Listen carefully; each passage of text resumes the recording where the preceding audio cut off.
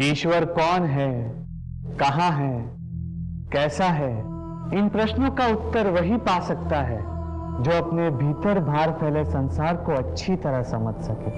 और ईश्वर से जुड़ने का सबसे सरल मार्ग है संगीत व नृत्य। रोज की तरह हम नृत्य साधना करें और खुद को प्रभु के नाम में विलीन कर दें।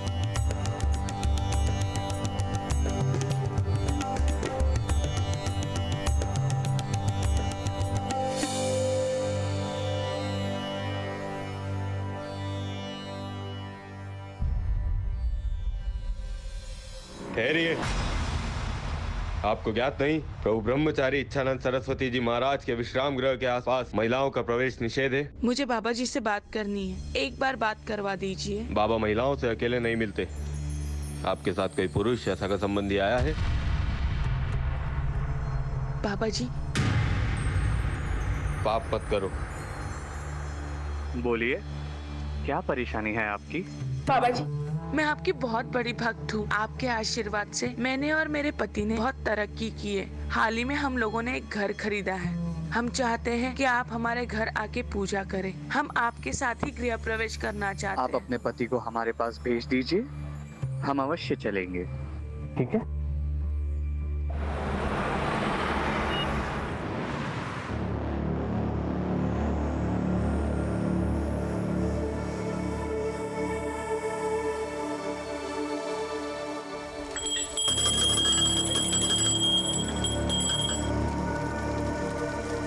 पूजा संपन्न हुई। अब हम आपसे विदा लेते हैं। बाबा जी, इतनी कड़ी धूप में आप वापस गाजियाबाद जाएंगे, वो भी खाली पेट? नहीं बाबा जी, मैंने आप सभी के लिए भोजन का इंतज़ाम किया है बाबा जी। बाबा जी, मैंने बिना प्याज लहसुन मसाले का खाना पकाया है, बिल्कुल सात्विक है। अगर आप भोग लगाएंगे तो हम सब खाना खा पाएंगे।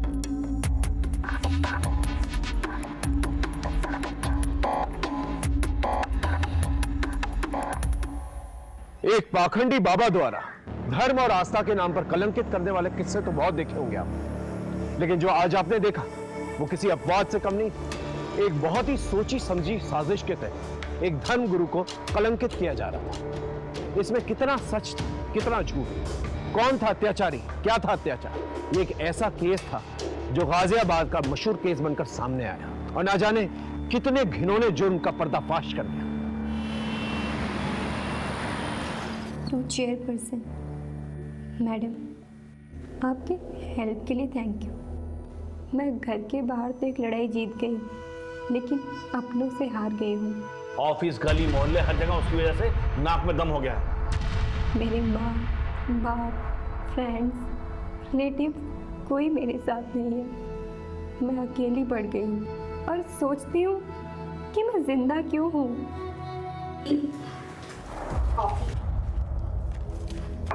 क्या छिपा रहे हो? दी, ये आप लिख रही हो जो अपने स्कूल की टॉपर, अपने कॉलेज की टॉपर, अपने कॉलेज यूनियन की प्रेसिडेंट रह चुकी है। दी, you were an inspiration to everyone. थी, हूँ नहीं। अब तो ना मेरे पास जॉब है, ना मेरी लाइफ है और ना ही पैसे हैं। दी, मेरी मानो तो आपको पापा की बात मान लेनी चाहिए।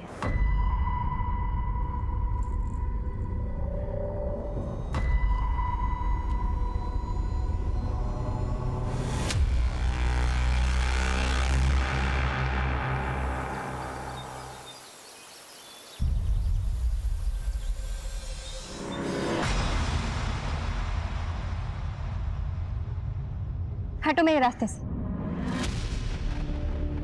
देखो रितु, मैं फिर तुम्हें कह रहा हूँ, केस वापस ले लो, तुम्हारी लाइफ फिर पहले जैसे नॉर्मल हो जाएगी। तू हटेगा मेरे रास्ते से या मैं पुलिस को बुलाऊं? उम्र भर अपने भाई की तरह जेल में सड़ेगा। हटो।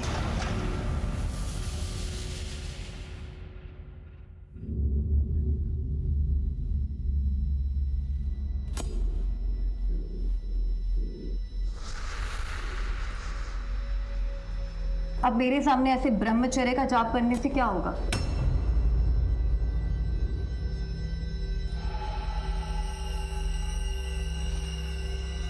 आपकी मनसा क्या है? आपको मैंने कितना समझाया लेकिन आप तो माने ही नहीं। आप तो अपनी भक्ति और शक्ति से सबके दिल जीतते रहे। ऐसे थोड़े ना चलता है। मैंने अपना शरीर लुटाया है, ऐसे थोड़ी ना चुप रहूंगी। लीजिए, अगर ये चुप बैठ भी गई तो हम चुप नहीं बैठने वाले। क्यों गजेंद्र? मैं चुप नहीं हूँ बाबा जी, वीडियो क्लिप न्यूज चैनल्स भेजने को तैयार है। कुछ MMSB भक्तों तक वायरल हो जाएंगे। फिर तो प्रभु देवता से दानव कहलाएंगे। आपको क्या चाहिए? सिर्फ 4 करोड़।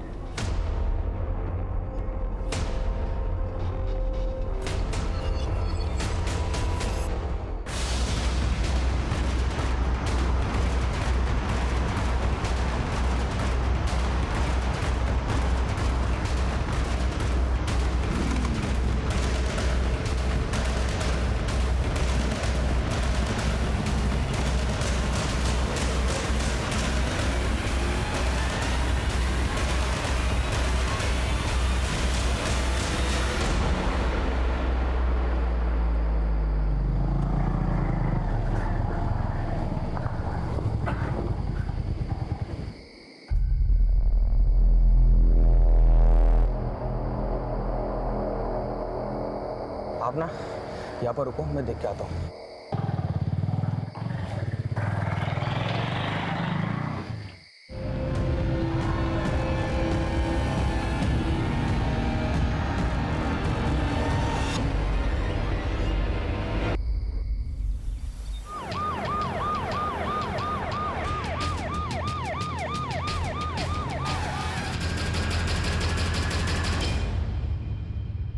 सर मुझे लग रहा है इस सब में दीपेश या उसकी फैमिली का इन्वॉल्वमेंट हो सकता है, क्योंकि ऋतु बादल की वजह से उसकी फैमिली को काफी जिल्लत झेलनी पड़ी थी। क्या नाम था लड़के का? दीपेश तोमर सर। क्या हुआ? अभी भी जेल में। केस की सुनवाई हो चुकी है लेकिन केस का फैसला आना बाकी है। मोबाइल फोन या पर्स वगैरह कुछ मिला? No sir. बॉडी को पंचनामे के बाद पोस्टमार्टम के लिए भेज दो।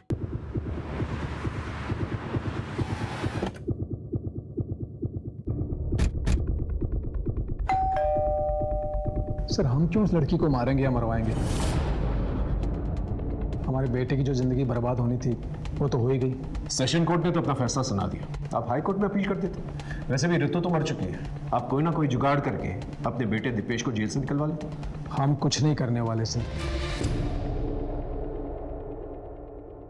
ये दीपेश के साथ फोटो में ये शख्स कौन है? ये मेरा छोटा बेटा सर्वेश है, केरला गया।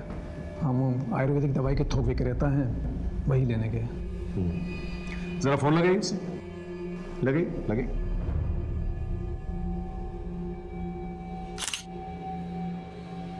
The number you are trying to call is currently switched off. Sir switch off.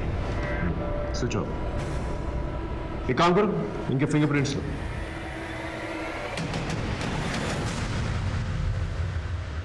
इस सर्वेश का मोबाइल सर्विलेंस पे डालो और उसके कॉल रिकॉर्ड्स निकालो और उसके फोटोज खबरी नेटवर्क पे डिस्ट्रीब्यूट करो। Right sir. अपने एक आदमी को तोमर के घर के आसपास नजर रखने के लिए कहो। Okay okay sir.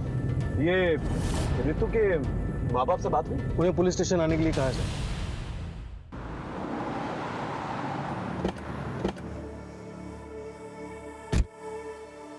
सर मेरी बेटी लड़ाई लड़ते लड़ते थक गई थी, फिर भी उसे किसी ने मार दिया। हमारी ऋतु बचपन से ही दिमाग तेज और निडर लड़की थी, लेकिन इस रेप केस वाली घटना के बाद उसे और हमें सबको तोड़ के रख दिया था सर। उसने कुछ बताया था कि उस रात कहाँ गई? उससे ज्यादा कुछ पूछते नहीं थे सर। उससे कुछ पूछते तो वो जल्दी चिढ़ जाते थे। मेरी बेटी अंदर से बहुत ही टूट गई थी। सर, ये लेटर रितु दीदी के डेस्क से मिला था।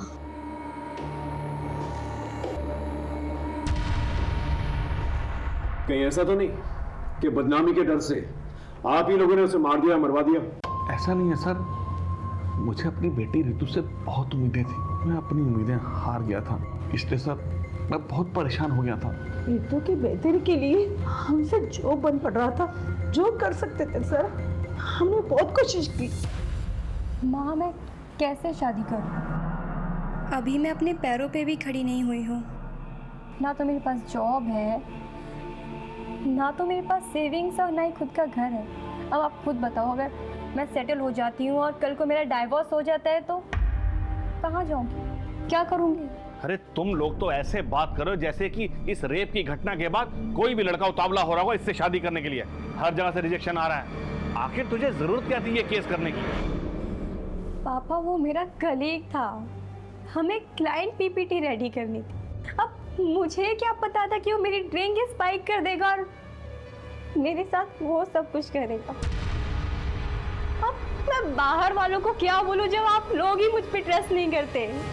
ऐसा नहीं है सर कि हम अपनी बेटी रितु पर ट्रस्ट नहीं करते थे, लेकिन लोगों की बातों और उनके तानों ने हमें फ्रस्ट्रेट कर दिया था सर। और जैसे जैसे ये केस की सुनवाई होती रही, मीडिया और सोशल ऑर्गेनाइजेशन ने उसकी लड़ाई को सराहा और इसके बाद रितु के मन में आत्मविश्वास फिर से जगने लगा था। फिर सर हमने उसे नए सिरे से सब कुछ करने को कहा। देख बेटा, जो मैं तुझे उपाय बता रहा हूँ ना, उसे मान। मैं किसी साधु संत के पास नहीं जाऊँ, पर किसी साइकेट्रिस्ट को तो कंसल्ट कर सकती है। I mean, किसी से भी कंसल्ट करो, पर करो, जाओ कहीं। उसके बाद वो कहाँ गई? सर फिर वो साइकेट्रिस्ट डॉक्टर रूपसी बसी से मिलने गई थी। सर, रितु के मर्डर में हम उसके फादर महेश बादल के हाथ को कंप्लीटली रूल आउट नहीं कर सकते। एक काम करो, इसके भी फिंगरप्रिंट्स मैच करके देखो और उसके कॉल रिकॉर्ड्स निकालो। Right sir.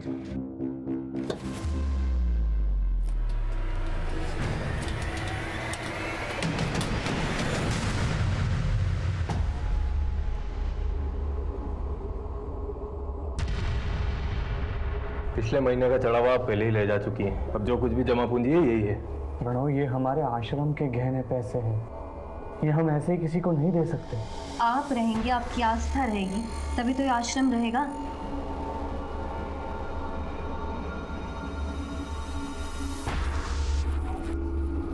कितने पैसे है ये?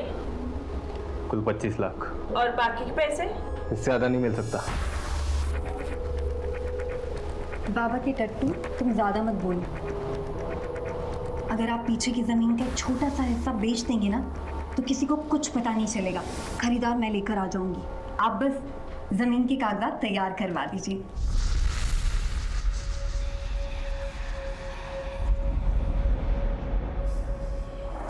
हाँ जी, मैं रितु बादल की साइकेट्रिस्ट हूँ। रितु मेंटली बहुत स्ट्रांग थी। मेडिटेशन और रनिंग से वो क्विकली रिकवर कर रही थी।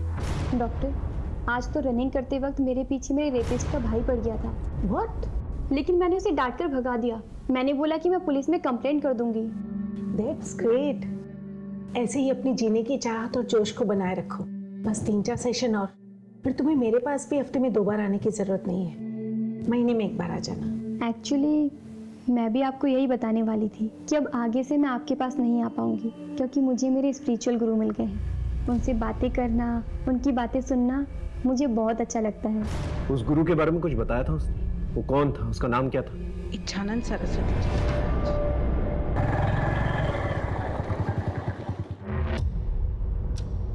जी। नीतू, नीतू, रितु,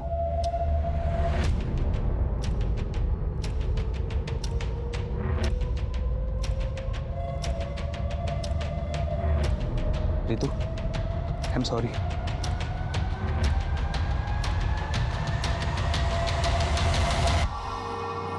रितु, क्या हो भाई, फिर से कोई बुरा सपना देखा क्या? आप भूल क्यों नहीं जाते कि आप गाजियाबाद में नहीं हो, बल्कि अपने घर ऋषिकेश में हो?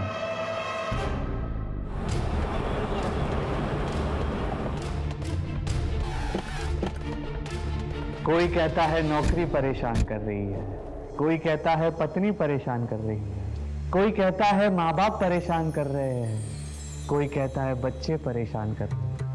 मेरा उन सब से एक ही जवाब है, अगर इतना परेशान कर रहे हैं तो छोड़ दो। नहीं छोड़ सकते, है ना? तो फिर रास्ते निकालो, जैसे ईश्वर रास्ते निकालता है। कभी ईश्वर से कहते हुए सुना है, मुझे मेरे भक्त परेशान कर रहे हैं? नहीं ना? क्षमा चाहता हूं, आप लोगों को नीचे बैठना पड़ रहा है। जी, ऋतु बादल आपकी शिष्य थी मतलब? जी, उसका मर्डर हो गया। ओम शांति।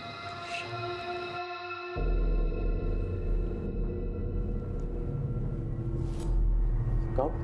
3 दिन पहले। बहुत तेजस्विनी थी वो, बेहद दुखद समाचार है ये। वो प्रभु के पास बहुत ही दुख दुविधा की घड़ी में आई थी। बाबा जी, मुझे लगता है कि मेरे आसपास सब फेक है, कोई अपना नहीं है, कोई मुझे लाइक नहीं करता, कोई लव नहीं करता, करेगा भी नहीं और जरूरत भी नहीं। आप पहले अपने आप से प्रेम करो, because you are your best company. आप अपने सबसे अच्छे साथी हैं, सबसे अच्छे प्रेमी हैं। उसके बाद वो हमारे आश्रम में रोज आती, सत्संग के समय महिलाओं के घेरे में खूब नाचती और हमेशा खुश रहती। उसके बाद मैंने सुना कि वो भोजनालय में अपनी सेवा देती, बागबानी करती, चिड़ियों को दाने डालती। जब उसने आश्रम आना बंद कर दिया तो आपने उसके माँ बाप से पूछा नहीं कि वो क्यों नहीं आ रही? ये तो खुला आश्रम है, ना किसी को आने की मनाही है ना जाने की। वैसे ऋतु बादल में आपने क्या खास नोटिस किया था? लोग कहते हैं कि आश्रम में आने के बाद वो हमेशा खुश रहती थी, जीवन को एक नए सिरे से अपना रही थी। ऐसे में उसकी हत्या हो जाना, ये बहुत दुर्भाग्यवश है। आज के जमाने में बाबा कितने भी अच्छे, मुझे विश्वास है आपने एक आदमी को इस आश्रम के पास तैनात रखा। ये सर्वेश के बारे में कुछ पता चला? नहीं सर, उसका फोन भी बंद जा रहा है और वो घर पे भी नहीं है। एक काम करो, दीपेश से मिलने के लिए, उसे पूछताछ करने के लिए जेल में एक एप्लीकेशन डालो और ये पता करो ये सर्वेश दीपेश के साथ मिलकर जेल में कुछ प्लान तो नहीं कर रहा। Right sir.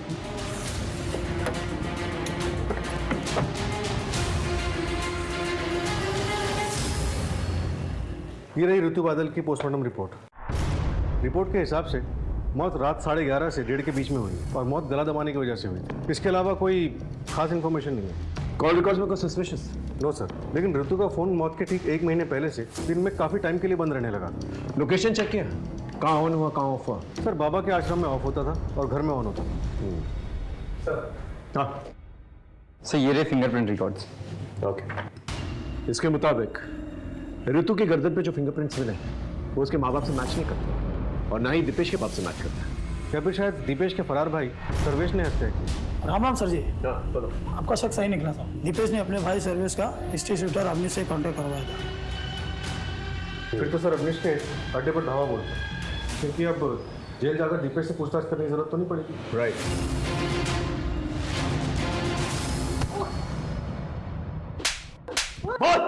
बता दो सब सर्वेश मुझे मिला था और उसने ऋतु बादल को मारने की बात भी किया था मुझसे। तूने उसे मार डाला? नहीं, मैंने नहीं मारा था, क्योंकि 1 रोज पहले वो मुझे एडवांस के पैसे देने वाला था, लेकिन पैसे लेके वो आया ही नहीं। फिर दूसरी सुबह हमें पता चला कि उस लड़की की मौत हो गई। भगवान की कसम साहब, सच बोल रहा हूँ। ये सर्वेश तुमर के बारे में पता कर।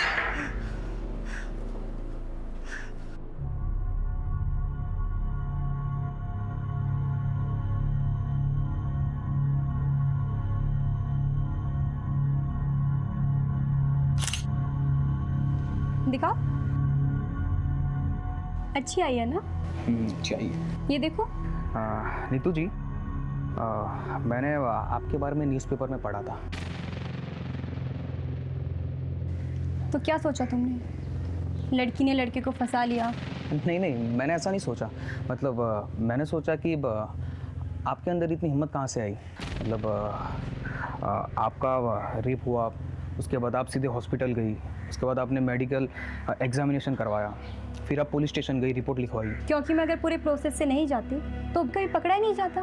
मतलब वो इतने बड़े बिजनेसमैन का बेटा, वो तो आप जानते ही हो, और आपको सेंस भी हो गया होगा कि वो कल जाकर आपको बदनाम तो करेगा ही, आपकी नौकरी भी चली जाएगी, आपके परिवार वाले आप पर सवाल भी उठाएंगे। यही तो प्रॉब्लम है। आज तक औरतें और लड़कियां यही सोच सोच कर अत्याचार सहते आ रही, पर अब नहीं। आखिर हमारे समाज में कभी ना कभी किसी ना किसी को तो कदम उठाना पड़ेगा। ये आपने सही कहा। वैसे मैं ना आपका बहुत बड़ा फ़ैन हूँ, मतलब आपको कभी भी मेरी ज़रूरत पड़े ना तो प्लीज़ आप मुझे बुलाइए।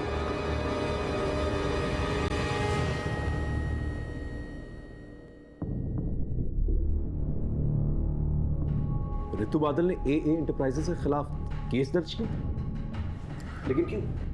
रितु ने मुझे बताया था कि ऑफर लेटर मिलने के बाद जब वो दूसरे दिन जॉब ज्वाइन करने गई तो उन्होंने उसके साथ वियर्ड बिहेव किया। आई एम सॉरी रितु, कंपनी ने आपकी जॉब अपॉइंटमेंट होल्ड पर कर दी। But why? वेल, हमें पता चल गया कि तुम्हें पिछले जॉब से क्यों निकाला गया था। ओह, जस्ट बिकॉज मैंने अपनी एक कलीग पर रेप केस फाइल किया, आपने भी मेरा करेक्टर सर्टिफिकेट बना लिया। आपने एक बार भी ये नहीं सोचा कि शायद वाकई मेरा रेप हुआ था। अजी मेरे साथ है, कल आपके साथ भी हो सकता है। I can understand Ritu, but frankly speaking her company के टॉप मैनेजमेंट मर्द होते हैं, एंड ऑफ द रिकॉर्ड हमारे MD को तुम्हें अपॉइंट करने में रिस्क लग रहा है। सीरियसली? आपकी कंपनी तो अपने आप को वीमेन फ्रेंडली क्लेम करती है ना, लेकिन आज पता चला आपकी कंपनी की पॉलिसीज भी ड्यूबियस है और आपकी कंपनी भी बाकी की कंपनियों की तरह हिपोक्रेट है। आपने बिल्कुल अच्छा नहीं किया। मैं आपको ऐसे नहीं छोड़ूं, मैं इस कंपनी को कोर्ट में सू करूंगी।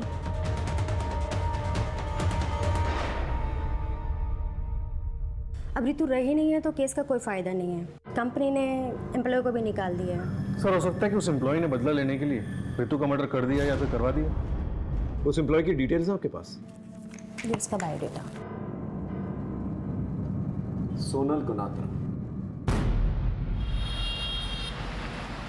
मेरी कंपनी ने मुझे सिर्फ एक पंचिंग बैग के जैसे यूज़ किया है। मेरे MD ने खुद एक पेपर लाके दिखाया था मुझे, जिसमें लिखा था कि रितु ने पिछली कंपनी पर एक रेप केस डाला है और मुझसे उन्होंने कहा कि रितु को जॉब से बाहर निकाल दो। फिर बाद में जब रितु ने इस कंपनी पर केस डाला तो मेरे MD ने कंपनी की इमेज को साफ सुथरा रखने के लिए मुझे जॉब से बाहर निकाल दिया और कहा कि रितु को एम्प्लॉय करने का डिसीजन मेरा पर्सनल डिसीजन था, ना कि कंपनी का डिसीजन। आप 10 तारीख को रात को 11:30 बजे से 1:30 बजे के बीच में कहाँ थी? सर, मैं अपने PG में थी, गौतम नगर में। ठीक है, आप जा सकते। इसके स्टेटमेंट को क्रॉस चेक करो, देखो ये सच बोल रही है। ऋतु मर्डर केस में हमारे पास कोई ठोस सबूत नहीं था, लेकिन हमारे शक के दायरे में ऋतु के माँ बाप, रेपिस्ट दीपेश तुमर, उसका बाप और उसका भाई सोनल गुनात्रा, और साथ ही साथ ब्रह्मचारी इच्छानंद सरस्वती का वो आश्रम था। क्योंकि हमारे पास कोई ठोस सबूत नहीं था, इसलिए हम किसी को अरेस्ट नहीं कर सकते थे। सर्वेश तुमर अभी भी लापता था, लेकिन यह पता लगाने के लिए कि उसने मर्डर किया है कि नहीं, हमने उसके पर्सनल टूथब्रश को फिंगरप्रिंट्स एनालिसिस के लिए भिजवा दिया था। और इसी बीच हमें एक लीड मिली। हेलो साइबर सेल, ऋतु बादल की इंफॉर्मेशन शेयर की थी मैंने, उसका कुछ पता चला? इंफॉर्मेशन करेक्ट है, थैंक यू सर। एक सुराग मिला है, ये देखिए। ऋतु बादल का सोशल मीडिया पे 2 अकाउंट्स हैं, एक ये और एक ये। एक नॉर्मल ऋतु बादल के नाम से और एक योगिनी ऋतु बादल के नाम से। तुम कहना क्या चाहते हो? सर, ये दोनों अकाउंट्स 2 अलग अलग नंबर से लिंक हैं। इसका मतलब ऋतु बादल ने अपने अंदर बदलाव महसूस किया, इसलिए उसने एक नया नंबर। सर, साइबर सेल से दूसरा नंबर मुझे जल्दी मिल जाएगा। इसके बाद मैं इसकी कॉल डिटेल्स और इसकी लोकेशन डिटेल्स दोनों निकलवा दूँ। गुड। नमस्ते बाबा जी, ये लीजिए। परेशान ना बाबा जी, मैं सलोनी जी की कोई बात टाल नहीं सकता। जमीन पे कंट्रोल आपका ही रहेगा। मुझे लंदन हेड ऑफिस को नए नए इन्वेस्टमेंट दिखाने होते हैं, वो मैं दिखा दूंगा, और इस तरह आपके पैसों की प्रॉब्लम भी सॉल्व हो जाएगी। और फिर जब आपके पास पैसे आ जाएंगे आप अपनी ज़मीन वापस ले लीजिएगा।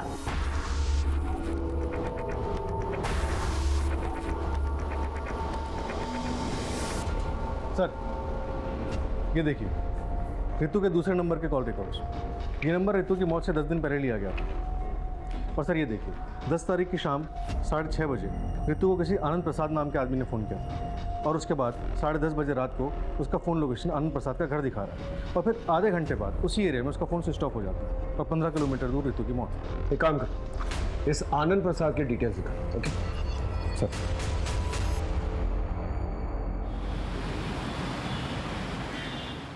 मिस्टर आनंद प्रसाद इस लड़की को जानते हैं?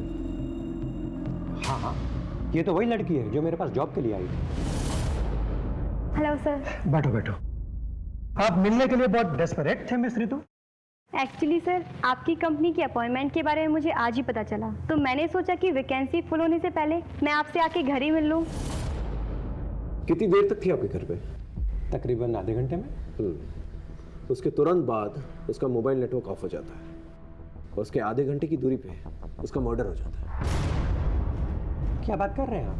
मैंने तो उसे जॉब पे रखने का मन बना लिया था। ठीक है, थैंक यू वेरी मच, आप जा सकते हैं। सर वैसे तो ये आनंद प्रसाद MD है, लेकिन मुझे इस पर भी शक हो रहा है।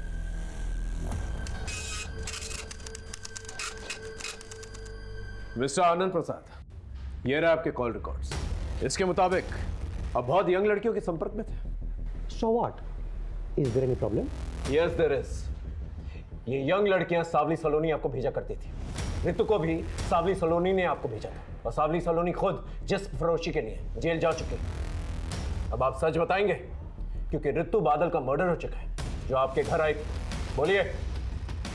ऋतु एक एस्कॉर्ट थी और सावली सलोनी उसकी एजेंट। ये बात आपको ऋतु ने बताई थी? जी नहीं, सावली सलोनी ने बस यही कहा था कि पहले वो नौकरी की बात करेगी, फिर समझ में आएगी। जॉब तो तुम्हें टिप समझ कर दे दूंगा, लेकिन जिस सर्विस के लिए पैसे लिए हैं वो तो शुरू करो। कौन सी service? Body to body service. आपको कोई गलतफहमी हुई है। मुझे सलोनी जी ने यहाँ सिर्फ और सिर्फ जॉब के लिए भेजा था। लेकिन तुम्हारे 1 घंटे के लिए उसने मुझसे 40,000 लिए हैं। So don't waste my time, baby. रुको। जब तक ये केस सॉल्व नहीं हो जाता ना, आप हमारे मेहमान बने रहेंगे। क्या मतलब? जी सर। इन्हें लेके जाओ। चलिए। लेकिन सर किस जुर्म में? लेके जाओ। सर क्या किया है मैंने? लेके जाओ। सावली सलोनी को ढूंढना बहुत जरूरी है, और ये पता लगाना बहुत जरूरी है कि ऋतु बादल का मर्डर केस सावली सलोनी के सेक्स रैकेट से तो नहीं जुड़ा हुआ, और कोई पर्सनल रंजिश तो नहीं। इस सर्वेश के बारे में कुछ पता चला?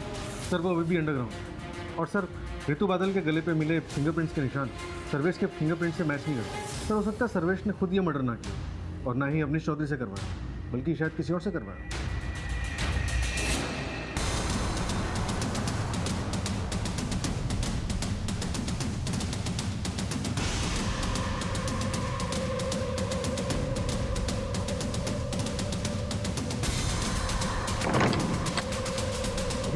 क्या हुआ? बाहर पुलिस आई है। पुलिस? तोड़ दो। पुलिस आ गई। छापा पड़ गया। भागो।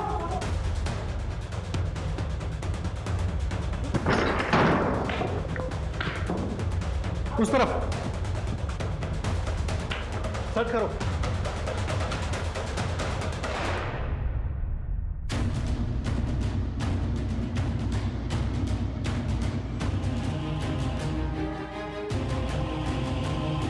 सर एक हार्ड डिस्क मिला है, और इसके अलावा सारा सामान रेगुलर है। ठीक।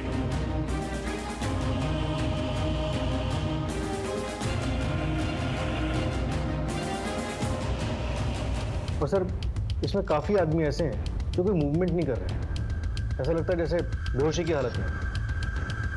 सर एक और वीडियो है।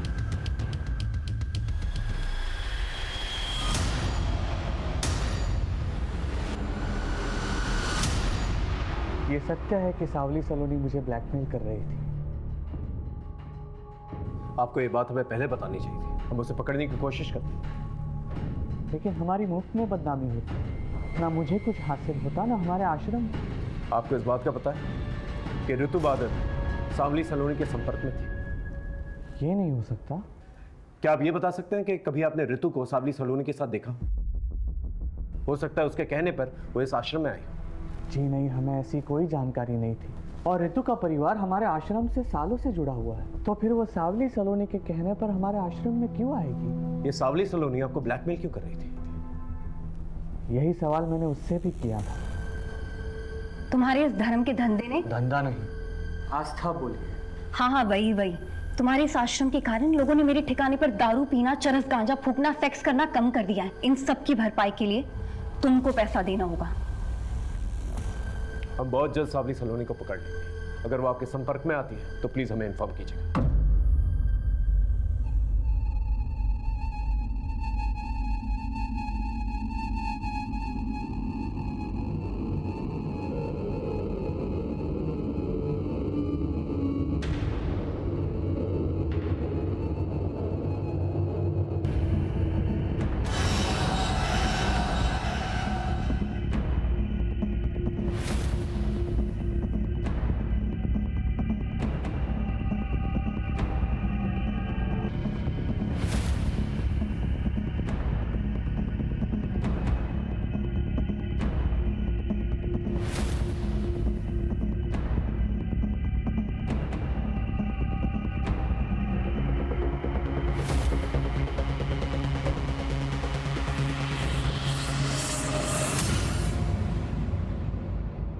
सर मैंने ऋतु बादल, सावली सलोनी और आनंद प्रसाद इनके कॉल रिकॉर्ड को क्रॉस चेक किया और सर एक नंबर कॉमन पाया। किसका? चमन श्रीवास्तव, ये उसका फोटो। ये नंबर हरिद्वार के एड्रेस पर रजिस्टर्ड और सर इस नंबर की कॉल लोकेशंस और ऋतु की कॉल लोकेशंस सब मैच करते हैं और ऋतु के मर्डर साइट से भी मैच करते हैं। और मर्डर के बाद? मर्डर के बाद 2 दिन पहले तक इसका लोकेशन ऋषिकेश ही दिखा रहा है। एक काम करो, तुम ऋषिकेश जाओ और इस चमन के बारे में पता करो। सर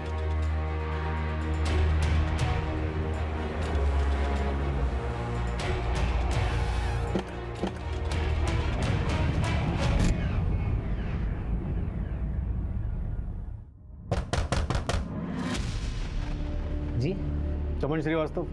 जी मेरा भाई है। आप कौन? UP police. सर चमन जब से गाजियाबाद से आया था हमेशा परेशान रहता था। वो किसी ऋतु का नाम लेता था। रोज रात वो डरावने सपने देखता था और अचानक नींद से उठ जाता था। और अभी कुछ दिन पहले ही वो वापस गाजियाबाद चला गया। मैं गाजियाबाद जा रहा हूँ, मुझे वहाँ पर कुछ हिसाब चुकता करना बाकी है। पर सर हुआ क्या? हमें शक है तुम्हारे भाई चमन ने ऋतु बादल नाम की लड़की का खून किया। नहीं सर, मेरा भाई एक कलाकार आदमी है, वो किसी का खून नहीं कर सकता। क्या करता है तुम्हारा भाई? सर चमन पहले फोटोग्राफर था और अब वीडियो बनाने का काम करता है। कहीं वो इसके लिए काम तो नहीं करता? नहीं सर, मैं इसे नहीं जानता। और सर चमन ने मुझे कभी बताया नहीं कि किसके लिए काम करता है। तुम्हारे भाई से आखिरी बार बात कब हुई थी? सर उसका फ़ोन 2 दिन से स्विच ऑफ आ रहा है। ऐसे बहुत सारे सवाल थे जिसका जवाब अभी तक हमारे पास नहीं था, जैसे ऋतु और चमन का कनेक्शन, ऋतु और सावली सलोनी का कनेक्शन, और इन सब में सावली सलोनी इच्छानंद सरस्वती को ब्लैकमेल क्यों कर रही थी। जब तक हम इन सवालों के जवाब ढूंढते हमें एक लाश मिली जिसने हमारी उलझने और भी बढ़ा दी।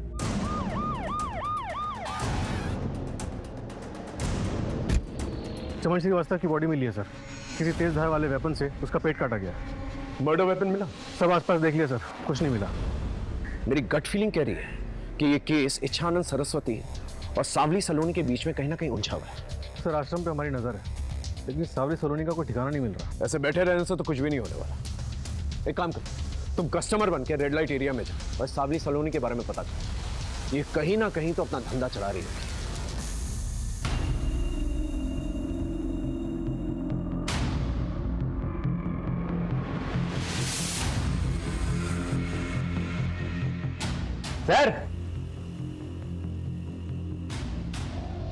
सर क्या चाहिए? एक बात बताओ, कोई कॉलेज का कौला माल मिलेगा क्या? एकदम बढ़िया पटाखा, मतलब वो समझते हो ना, एयर होस्टेस मॉडल टाइप का वैसा। यहाँ तो सिर्फ इन्फॉर्मेशन मिलेगा, बाकी काम तो होटल में होगा, लेकिन पैसा बहुत लगेगा। तो भैया पैसों की चिंता मत करो, बस तुम माल दिखाओ तो एकदम टकाटक होना चाहिए। एक मैडम है, बात करके बताता हूँ।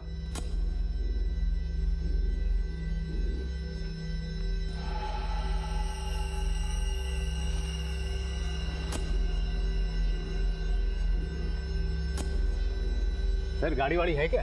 तो गाड़ी है ना बाबू, इधर है, चलो आओ। चलिए चलो।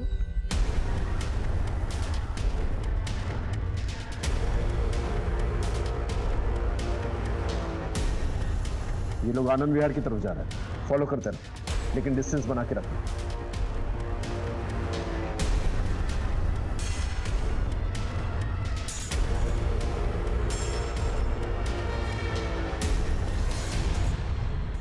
सलोनी जी,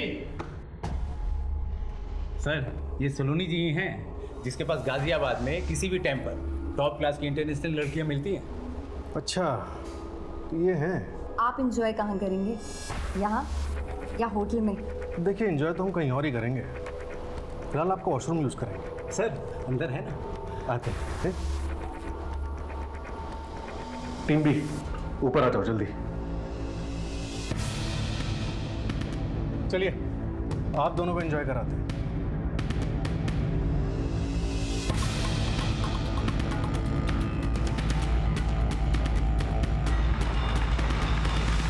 बहुत नचाया तुमने हमें सावली सलोनी, अब सच बोलने का टाइम आ गया है। क्यों मारा ऋतु को? नहीं सर, मैंने उसको कोई मर्डर नहीं किया और ना ही मैंने उसका मर्डर करवाया। हाँ, मैंने उसे अपने क्लाइंट के पास ज़रूर भेजा था। तुझे ना उसे थोड़ा इम्प्रेस करना है। हाँ, मैं कर लूँगी, मेरी वर्क प्रोफाइल अच्छी है। वो कुछ और ही समझ रही थी, लेकिन तुम ऑलरेडी पैसे ले चुकी थी उसके नाम पर।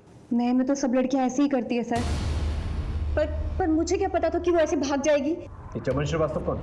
वैसे तो वो वीडियो बनाता है, पर लड़कियों की सिक्योरिटी के लिए हम उसे साथ में भेज देते थे, पर वो उस ऋतु को पसंद करने लग गया था और उसी ने उसे भगाने में भी मदद की थी। इसने तुमने उसका मर्डर कर दिया? नहीं सर, मैंने किसी को नहीं मारा सर। चलिए 1 मिनट के लिए मान लेते हैं कि तुमने ऋतु और चमन को नहीं मारा, लेकिन ब्रह्मचारी इच्छानंद सरस्वती, उसे तो ब्लैकमेल किया ना तुमने?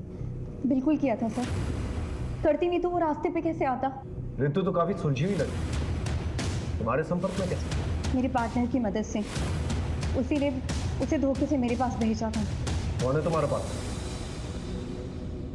सावली सलोनी ने तुम्हारी पूरी सच्चाई हमें बता दी। ये है वो डायरीज जिसमें तुम्हारे पूरे क्लाइंट्स के नंबर हैं और वो सारी लड़कियों के नंबर हैं जिनसे तुम प्रोस्टिट्यूशन कराया करते थे। आज वो तुम्हारी चुंगल से आजाद है तो तुम्हारे खिलाफ बयान देगी। अब तुम अपनी कहानी खुद बताओगे या मुगल भाई? बोलो।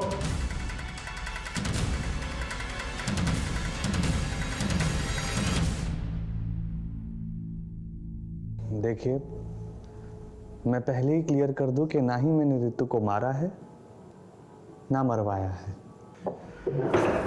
वो तो मुगल भाई लेंगे, पहले तुम अपनी काली करतूतों के बारे में बताओ। संभोग और समाधि, ये दोनों ऐसी चीजें हैं जिससे भारत देश में किसी भी मूर्ख या किसी भी होशियार को लपेटा जा सकता है। मैं 5 स्टार होटल में सिक्योरिटी गार्ड की नौकरी किया करता था। वहां मैं देखता था साधु महात्मा को कुछ युवतियों के साथ आते जाते। बस उसी दिन से मुझे मेरा जीवन सत्य मिल गया। मैंने मंदिर बनवाया और फिर मसाज पार्लर के जरिए देह व्यापार का धंधा शुरू किया। और फिर तुमने सावली सलोनी जैसे धंधे वाली से कनेक्ट किया, है ना? मैं सावली सलोनी जैसे लोगों के पास लड़कियां भेजता और फिर दूसरी बार उन्हीं क्लाइंट्स के साथ डायरेक्टली डील करता। इसलिए सावली सलोनी अपना पैसा निकलवाने के लिए तुम्हें ब्लैकमेल कर रही थी? अरे ऐसे थोड़ी ना, हमारा नेटवर्क कश्मीर से लेकर कन्याकुमारी तक और सूरत से लेकर कोलकाता तक फैला हुआ है। आप देश विदेश कहां भी जाओ, हमारी सेवाएं आपको एक फोन कॉल में उपलब्ध की जाएंगी। वो 17 फोन हमें मिल चुके हैं और वो नई लड़कियों को जो नया नंबर देते थे उसके बारे में ही पता चल चुका है, जैसे तुमने ऋतु को दिया था। लेकिन बहुत बड़ी गलती कर बैठे तुमने ऋतु को अपने प्रेम जाल में फंसा दिया। तुम्हारे अड्डे से हमें ये चिट्ठी मिली है जिसमें साफ साफ लिखा है ऋतु ने कि आपके प्रेम ने मुझे हमेशा हमेशा के लिए बदल दिया। प्रेम राई को पहाड़ बना सकता है, तो फिर लड़कियों से वेश्यावृत्ति करवाना ये कौन सी बड़ी बात थी? वो मेरे प्यार में बाहर कुछ ना बोलती और फिर धीरे धीरे उन्हें इस जीवन की आदत पड़ जाती। लेकिन ऋतु ऐसी लड़की नहीं, इसीलिए मैंने ऋतु को नौकरी के लिए सावली सलोनी के पास भेजा था। तुम एक काम करो, तुम सावली सलोनी से जाके मिलो। वो हमारी परम भक्त है, वो तुम्हें सही इंसान से मिलवा देगी जो तुम्हें बेहतरीन नौकरी देगा। थैंक यू सो मच बाबा जी। लेकिन ऋतु वहां से भाग गई। और ये बात तुम्हें चमन के थ्रू पता चली, जो तुम्हारे लिए ब्लैकमेलिंग किया करता था और सेक्स वीडियोस बना करता था। और फिर बाद में तुमने ऋतु को मारा। मैंने ऋतु को नहीं मारा, लेकिन हाँ, चमन ऋतु को भगा कर ले गया था। जब तक हम लोग वहां पर पहुंचे तब तक ऋतु मर चुकी थी और चमन भी गायब था। चमन गायब नहीं हुआ था, तुमने उसे मार दिया। मारा नहीं, मुक्ति दी थी। रितु की मौत से व्याकुल हो गया था वो, बार बार पुलिस के पास जाने की धमकी दे रहा था। मैंने बहुत समझाया उसे, लेकिन वो नहीं समझा। अब समझने की बारी तुम्हारी है, और तुम्हें समझाएगा देश का कानून। ऐसा केस बनाऊंगा ना तुम्हारे खिलाफ कि तुम्हारा बड़ा सा बड़ा क्लाइंट जो है तुम्हारी बेल नहीं दे पाएगा। अगर रितु को बाबा ने नहीं मारा तो फिर किसने मारा?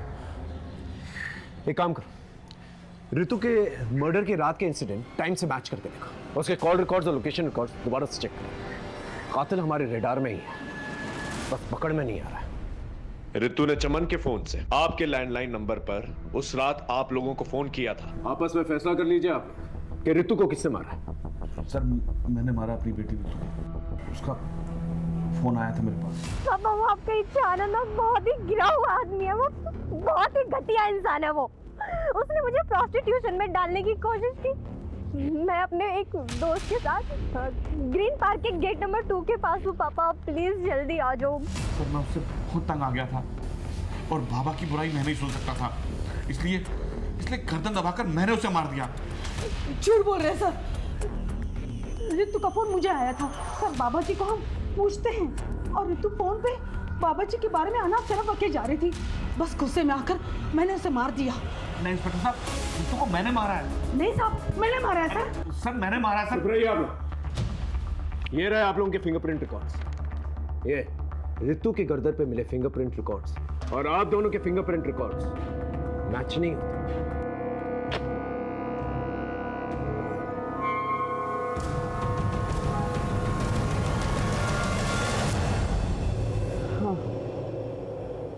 मैंने मारा रितु को, तंग आ गई थी उससे। उसके वजह से मुझे अपने ऑफिस में अपने कलीग से, अपने फ्रेंड से सुनना पड़ता था। इसकी बहन ने लड़के के मजे ले लिए और फंसवा दी। लेकिन ये बात सच नहीं थी, तुम भी जानती थी। हाँ, पर रितु बहुत फॉरवर्ड थी, तो मुझे लगा शायद अटेंशन के लिए इनवाइट किया होगा। उसकी वजह से मुझसे सब लड़के कटने लगे थे। अरे इसके साथ डेट पर मत जाना, वरना रेप के चार्जेस में अंदर करवा देते।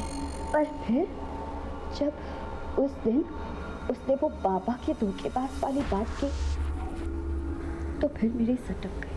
मुझे लगा ये सारे पंगे इसी के साथ क्यों होते हैं? शायद यही सब कुछ करती होगी और मैंने मार दिया उसको। और ये बात तुमने अपने माँ बाप को बताई। वो एक बेटी तो खो ही चुके थे, दूसरी नहीं खोना चाहते थे, इसलिए तुम्हें प्रोटेक्ट कर रहे थे। हाँ सर। ब्रह्मचारी इच्छानंद सरस्वती एक फ्रॉड, एक धोखेबाज इंसान है, और उसकी आस्था में आकर तुमने अपनी बहन को ही मारा।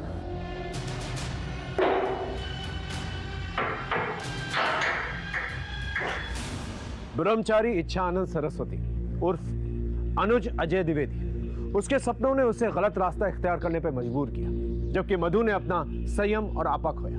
खून और आदर्शों के रिश्तों पर भरोसा ना करके उसने अधर्म का रास्ता चुना और गुनाह कर बैठी। पैसों और जिस्म की रंगीनियों से दूर रहे। इसी दस्तक के साथ मैं सीनियर इंस्पेक्टर हिमांशु रावत आपसे विदा लेता हूं। फिर मिलेंगे एक नए केस के साथ। तब तक देखते रहिए क्राइम पेट्रोल दस्तक, क्योंकि मकसद बताना नहीं, बचाना है। जय हिंद।